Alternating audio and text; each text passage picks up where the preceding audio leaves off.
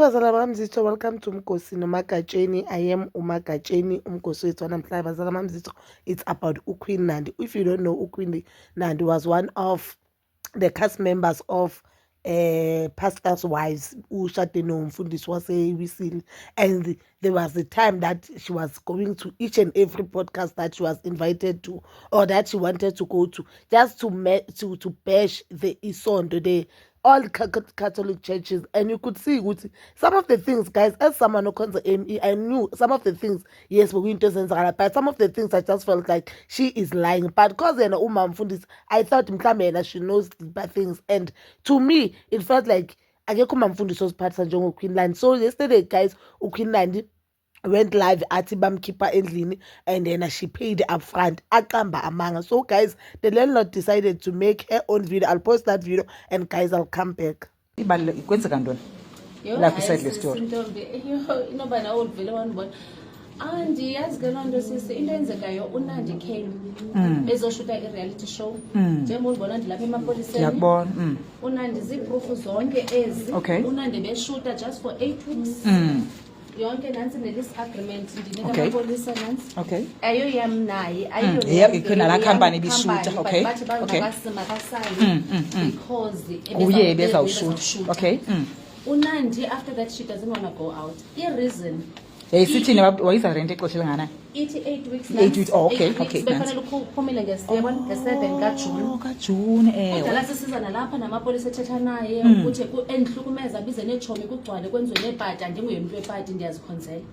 athetha naloo nto babantu abasindisiweyo ba-10 bathi I've been coming here for 4 days. bendilala kabhuti wam uNandi undixele. ifurniture yakhe ifike njani pha? ifurniture yakhe uthe ucela kubekho part of ifurniture yakhe so that abantu bacinge yindlu yakhe kuba besazi ifurniture yakhe, and mna kube beshuta nam ndavuma, kanti andiyazi uba umuva in ogqiba waxoka So yimake uye wathini wena ngoba shuta ubuhleliphi? ndibona kwi-cottages pha ngasemva. kune-cottage emva but bendifake impahla ifurniture yam enye ifakwe emarumini but bendiyo-ordeyinwa ngo-April.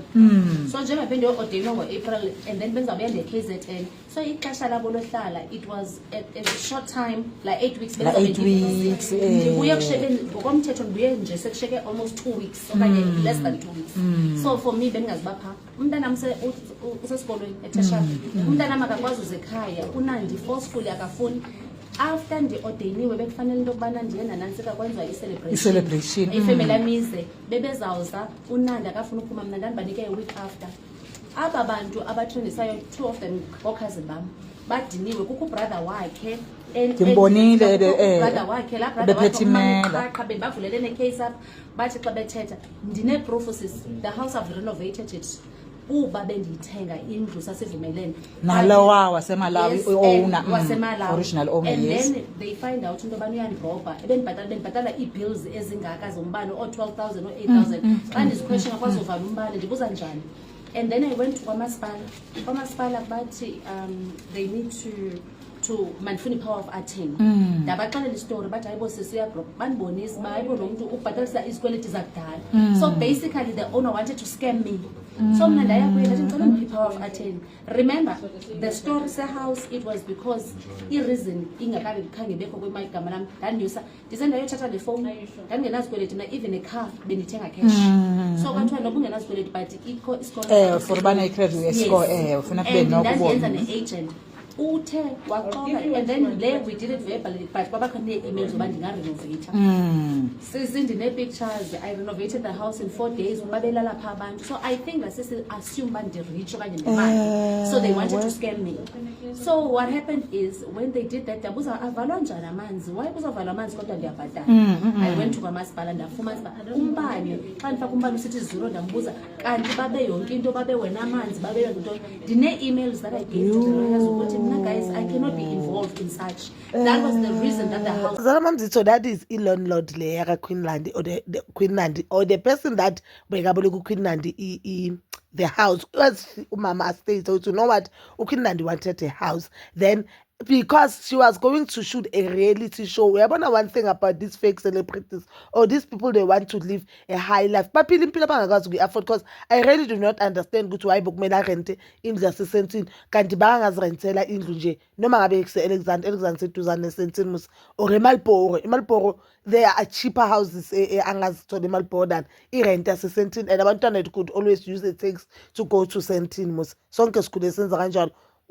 From Marlboro to Sentin, it's just one takes. So I don't understand ukuthi why bokumele rente indlu omunye umuntu. That means even that reality show esizoyibukela beka azoba kuye ezovela usicambisele nje amanga sabe sibukela a fake life, because I do not understand ukuthi why abantu they go to reality TV shows and ngathini they show us a fake life, and kumnandi kanjani ukuthi sikubona ukuthi no usuke mhlambe on a-RDP house or what, and I believe ukuthi le mali bekarenta ngayo lapha bangazithengele i-RDP house or bangangabuyele e-Eastern Cape guys kubo la buya khona kubo, ahlale lapho abantwana batshintshe isikolo baye esikoleni esi-right, even if ngasi-public school because of i-language, even if mhlambe isikolo yabo this independent school, not a private school, this independent school where English is the first language, bangabisa lapho something where it's very affordable. Emakhaya bakangazakhela mhlawumbe u5 room wakhe. And this girl guys, or this Mamfundisi, it's one of is that Mamfundisi who said abantu abantwana baza with different baby daddies amavage.